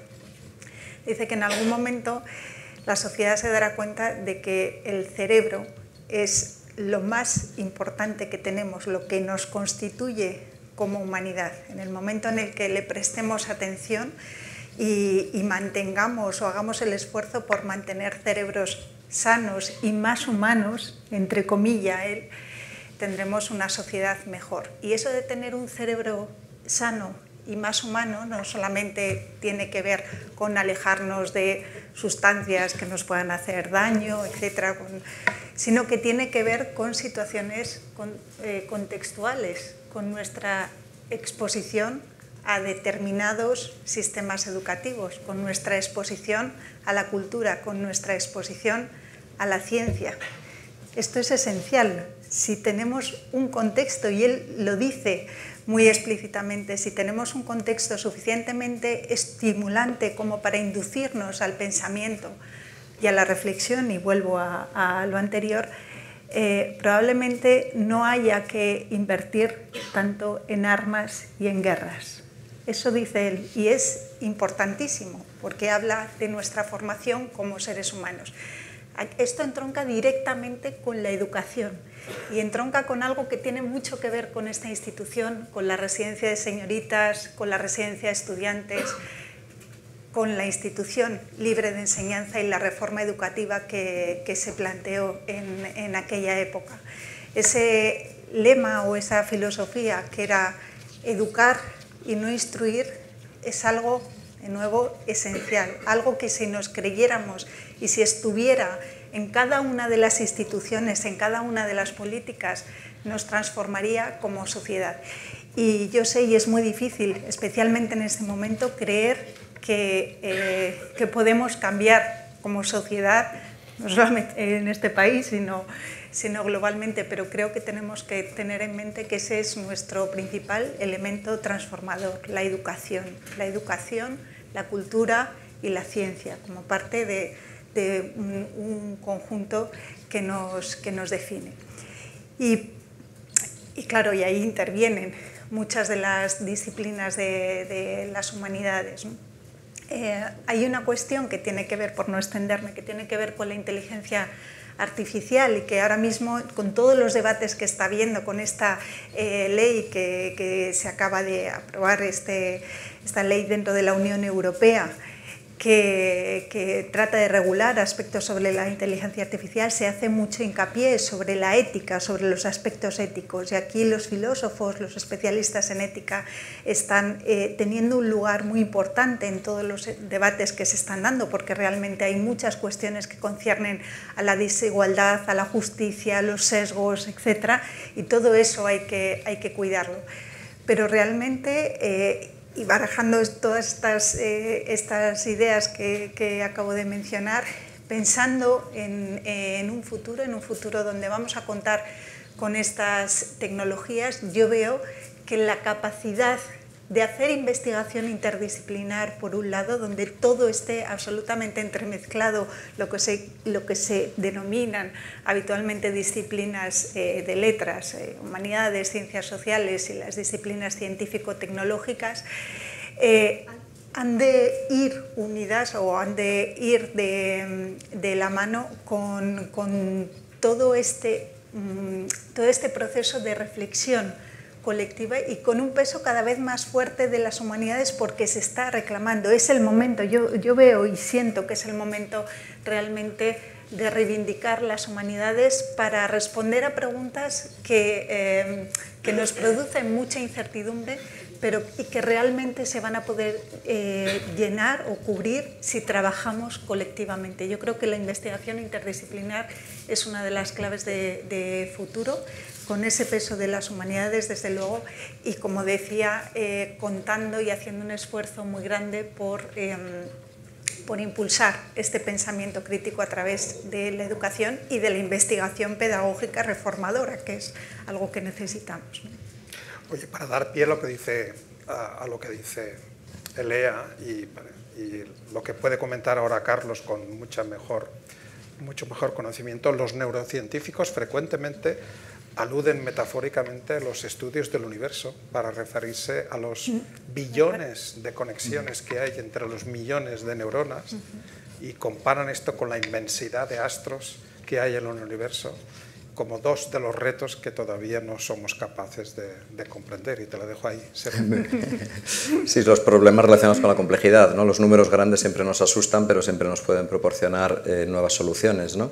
86.000 millones de neuronas, tenemos aquí 100.000 millones de estrellas en nuestra galaxia, o 300.000, ¿no? Bueno, pues son números abrumadores, y para estudiarlos hace falta, volviendo un poco a lo que decía Elea, una aproximación claramente transdisciplinar. Hace falta que las ciencias y las humanidades vayan de la mano, ¿no?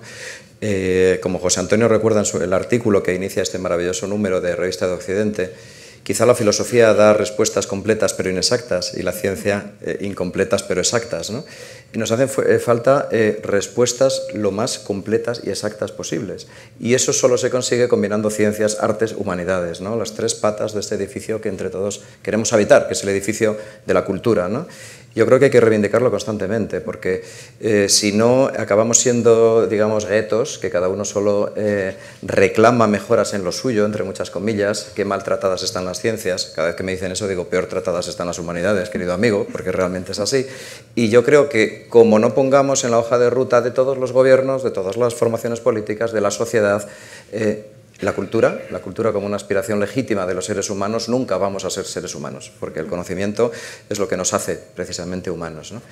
Pero ahí, enlazando un poco con la pregunta que me hacía Antonio, no solo el conocimiento nos hace humanos, ¿no?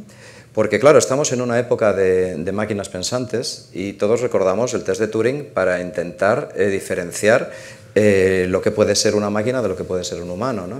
Turing ya estaba pensando en esto en 1941, aunque la IA como disciplina se crea en 1956. Y el maestro Turing, pues bueno, planteó este test. Pero a veces las soluciones vienen de la literatura, Elea, como bien sabes tú. Y Philip K. Dick escribió una maravillosa novela que es ¿Sueñan los androides con ovejas eléctricas?, que a todos ustedes les sonará, si la han leído, bien hecho, porque es maravillosa, y porque es la inspiración de la gran película Blade Runner. Bueno, pues en Blade Runner vemos que la forma más adecuada de distinguir una máquina de un humano no es el conocimiento, porque la máquina puede haber adquirido mucho conocimiento y ahora mismo lo estamos viendo, es la empatía, es la emotividad, es el sentimiento. Quizá eso es lo que nos hace humanos y quizá eso es lo que tenemos que reivindicar en un tiempo tumultuoso como el que estamos empezando a vivir, en el que a nivel de conocimiento y capacidad de aprendizaje incluso, a lo mejor las máquinas nos pueden llegar a ganar, a lo mejor ya lo están haciendo, a lo mejor hemos de utilizarlas como compañeros de viaje en lugar de como enemigos. La posibilidad de co-crear, de co-descubrir, de co-avanzar humanos-máquinas es maravillosa, pero si algo nos hace humanos es esa emotividad, esa capacidad de emocionarnos con lo que hacemos y de crear interacciones a distancia con otros humanos como estamos haciendo en esta tarde gracias a la empatía. Dejadme que vuelva sobre esto que estáis diciendo en estas contestaciones, porque una de mis preocupaciones, supongo que compartís con los chicos y chicas que nos toca acompañar en un momento de la vida, ¿no?, que empiezan, digamos, su vida profesional, ¿no?, en la universidad o en el consejo, donde, digamos, están terminando esa parte final de su formación, de su etapa formativa, es efectivamente, tú apelabas al valor positivo de la empatía y de eso que nos hace esencialmente humanos, pero a mí una de las cosas que me preocupa, y quería traerlo a propósito de algunas cosas que tenía que anotado, es, y ha salido en vuestras tres intervenciones de una manera u otra, cómo no les estamos sabiendo transmitir que algo consustancialmente humano es el error, es el fracaso, es el dolor, es la frustración, es el respeto, es el estrés, es la fragilidad, la vulnerabilidad, la imperfección. Y por tanto, y ahora hago mi doble, digo, ¿cuántas veces todas esas cosas, digamos, objetivamente, en teoría, digamos, negativas, muchas veces nos ha traído en el ámbito científico cosas maravillosas y cosas estupendísimas en esta misma casa? Pasó por aquí Marie Curie, que no hace falta que recuerde lo que le pasó por su experimentación, ¿no? Y eso lo entronco con algunas de las preguntas que tenía en este tramo final de nuestra conversación, ¿no? ¿Cuáles serían las claves desde un punto de vista, digamos, científico, desde la investigación, digamos, de laboratorio, de archivo, como queráis, para afrontar esa complejidad del ser humano, pero no solo, digamos, para conquistar el futuro, como dirían, sino también para entender el ser humano en esa dimensión que es la esencialmente humana, ¿no?, que es también esas cosas que hace que todos vayamos a pasar de una manera en toda vida humana. Existen todas esas facetas que yo acabo de enumerar de manera, digamos, precipitada, existen toda vida humana. Sin embargo, lo que les estamos contando a los chicos es, digamos, algo sustancialmente distante de ello, vamos a dejarlo así. Y me interesa mucho la cuestión relacionada con la inmensidad del universo. No entro más, tú nos dices de la astrobiología y la investigación sobre el origen de la vida en relación con todo esto, porque claro, eso es uno de los grandes enigmas que tenemos sobre la mesa. Y dejaría esta penúltima, si queréis, interpelación que os hago sobre las relaciones entre ciencia básica y ciencia aplicada. Lo más obvio es el tema del COVID y el caso de la investigación en RNA y las nuevas vacunas, pero eso, ¿cómo lo entendemos mirando hacia adelante? Has dicho muchas cosas al mismo tiempo. Has dicho muchas cosas muy importantes, pero por centrar solamente una, el fracaso es consustancial del desarrollo científico. Vivimos en el error. De hecho, la mayor parte de veces en el laboratorio las cosas no salen. Y esto hay que aprender. Y sí que hemos percibido, y esto probablemente también mis compañeros lo habrán visto, estudiantes que vienen al laboratorio a hacer sus trabajos de fin de carrera, trabajos de fin de máster, y que en pocos meses esperan pues completar un trabajo magnífico, ¿no?, cuando en realidad lo que están haciendo es una introducción al método científico, hacer una propuesta, hacer un experimento, validar o no la hipótesis, etcétera. Lo cual quiere decir que muchas de las hipótesis están equivocadas y que hay que volver al principio y hay que pensar de otra manera, ¿no?, lo cual quiere decir que te has equivocado. Y esto no todo el mundo lo acepta por igual. Y esto lo estamos viendo en las nuevas generaciones, que la aceptación del fracaso no se entiende. Se entiende como esto no puede ser. Esto tendría que haber salido algo hecho mal.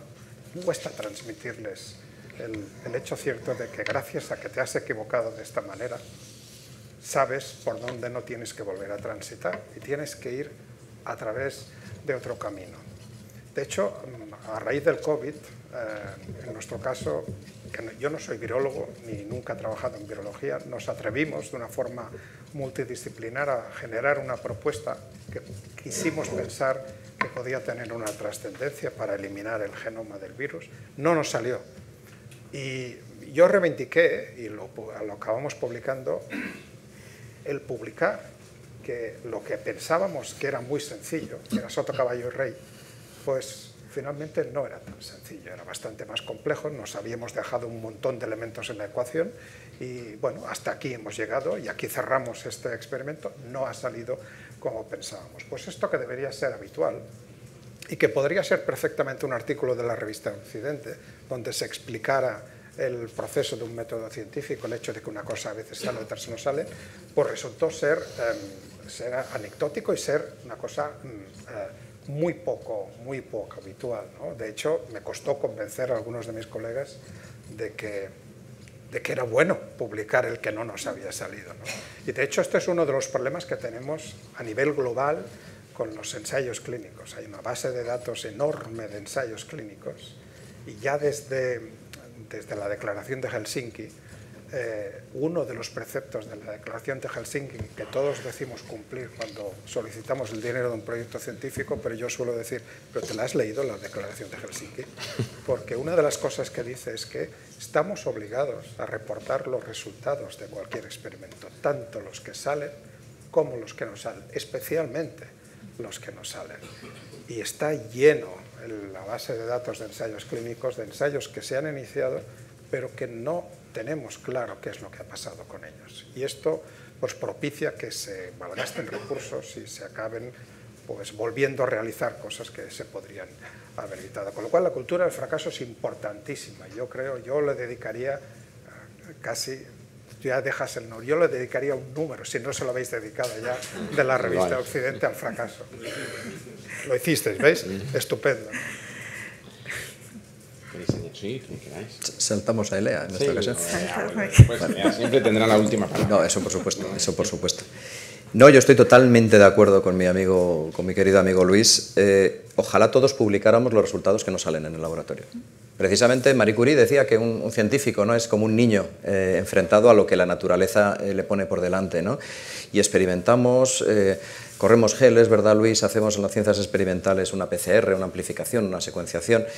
Unas veces sale lo que esperabas, otras no. Es más interesante cuando sale lo que no esperabas. Sobre todo si lo que no esperabas te lleva a un descubrimiento. Si lo que no esperabas, lo que pones sobre la mesa, es que ese niño con bata se ha equivocado y ha hecho algo mal, pues bueno, hay que volver atrás, efectivamente, y repetirlo. Y eso, si fuéramos capaces de publicar los protocolos experimentales que no llevan a ninguna parte, ¿verdad, querido Luis? Nos ahorraríamos mucho tiempo los demás, porque muchas veces entras a un campo de investigación o quieres investigar algo y reinventas la rueda que otros desecharon porque no funcionaba, ¿no? Pero bueno, en ello estamos. Y yo creo que cuanto más trascendente o más grande es la pregunta que te haces, más probable es que te equivoques, que cometas errores, ¿no? Y centrándolo un poco en este ámbito que me pedías, Antonio, de pues, origen de la vida, de búsqueda de otras vidas en el universo, casi nada, ¿no? Esas son grandísimas preguntas, ¿no? ¿Quiénes somos, de dónde venimos, ¿no? ¿A dónde vamos? No tanto, ¿no? Eso ya quedaría dentro de la parte filosófica, ¿no? Y de hecho, de los tres temas hablaron Siniestro Total hace unos años, para los que sean más aficionados al punk rock gallego.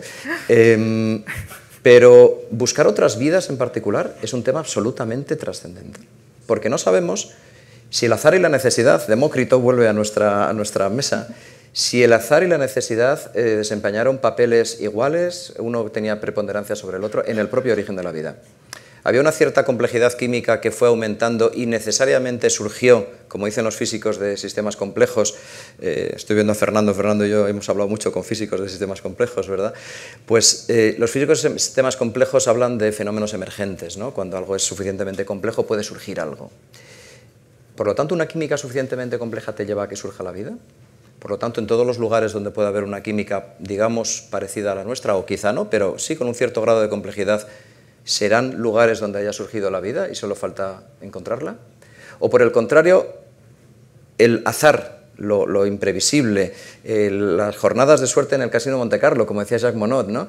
Si todo eso es más importante que la necesidad, a lo mejor estamos aquí de chiripa, como dirían, y por tanto estamos solos en el universo. Caramba, son dos preguntas muy poderosas, ¿no? En función del papel y del azar estamos solos y por tanto, segunda pregunta, ¿seremos capaces de encontrar otras vidas en caso de que las haya por ahí? A lo mejor solo encontrando otras vidas somos capaces de entender la nuestra. A lo mejor solo poniendo otro punto somos capaces de trazar una recta y decir la vida consiste en puntos suspensivos. No sabemos muy bien en qué consiste la vida. No sabemos por qué la química a veces tiene esta tendencia a replicarse y a evolucionar que nos ha traído hasta aquí.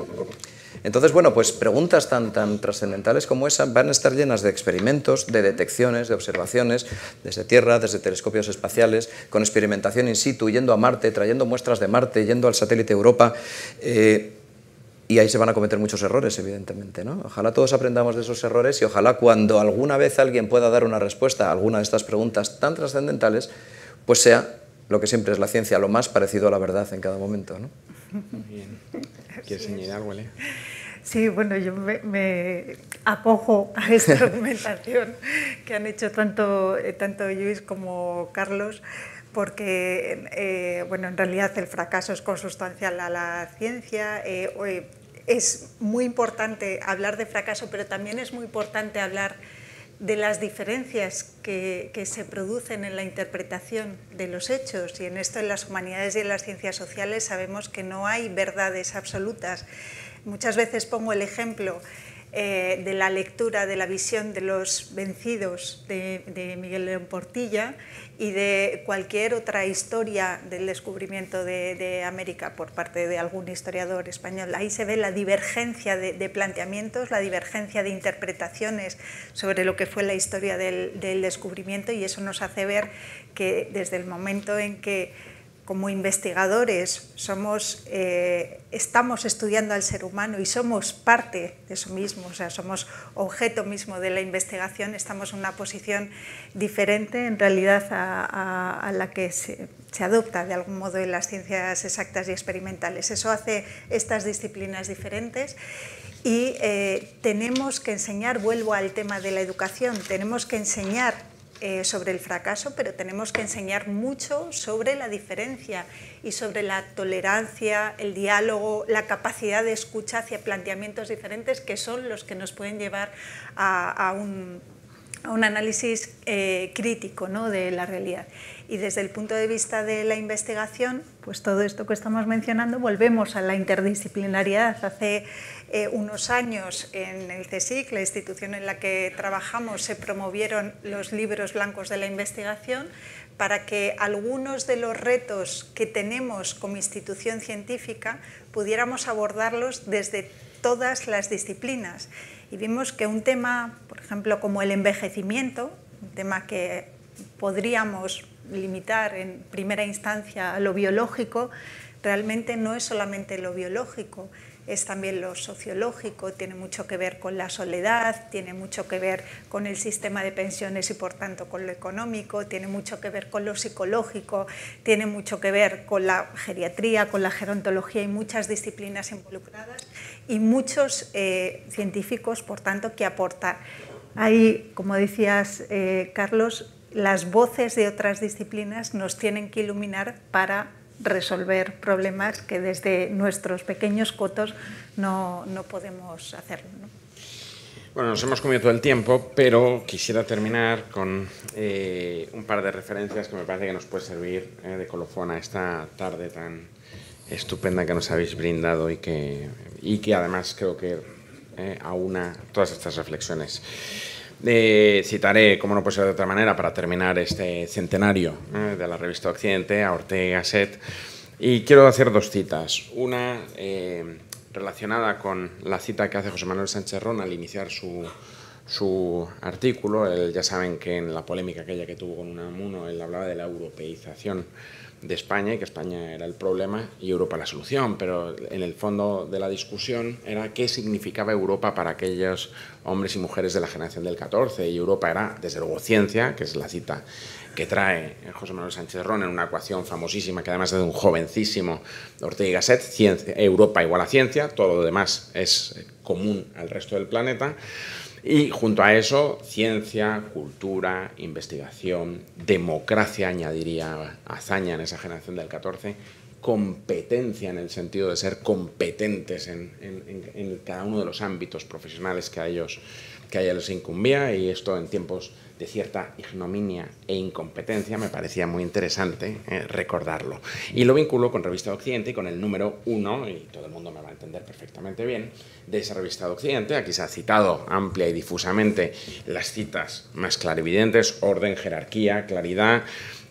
Saquemos un poquito de claridad frente al caos que nos inunda, pero hay una cita que a mí me parece maravillosa y que creo que dice en un momento dado, me corriges Fernando porque estoy citando de memoria, esta revista ni es ceñudamente literaria ni exclusivamente científica, nace de espaldas a toda política porque la política nunca aspira a comprender las cosas. De esto los científicos a veces nos olvidamos y siempre hacemos no, por Dios, no hablemos de política científica, no os voy a preguntar eso. Lo que quiero decir es que en tiempos de confusión y que inundan todo, no piensen que esto es del Congreso de los Diputados o de lo que vemos en televisión en el telediario, sino que en toda la sociedad civil, en toda la vida ciudadana, en toda la vida cívica, y todos ustedes tendrán experiencias en cada uno de sus ámbitos, estamos viendo cómo no se aspira a comprender las cosas.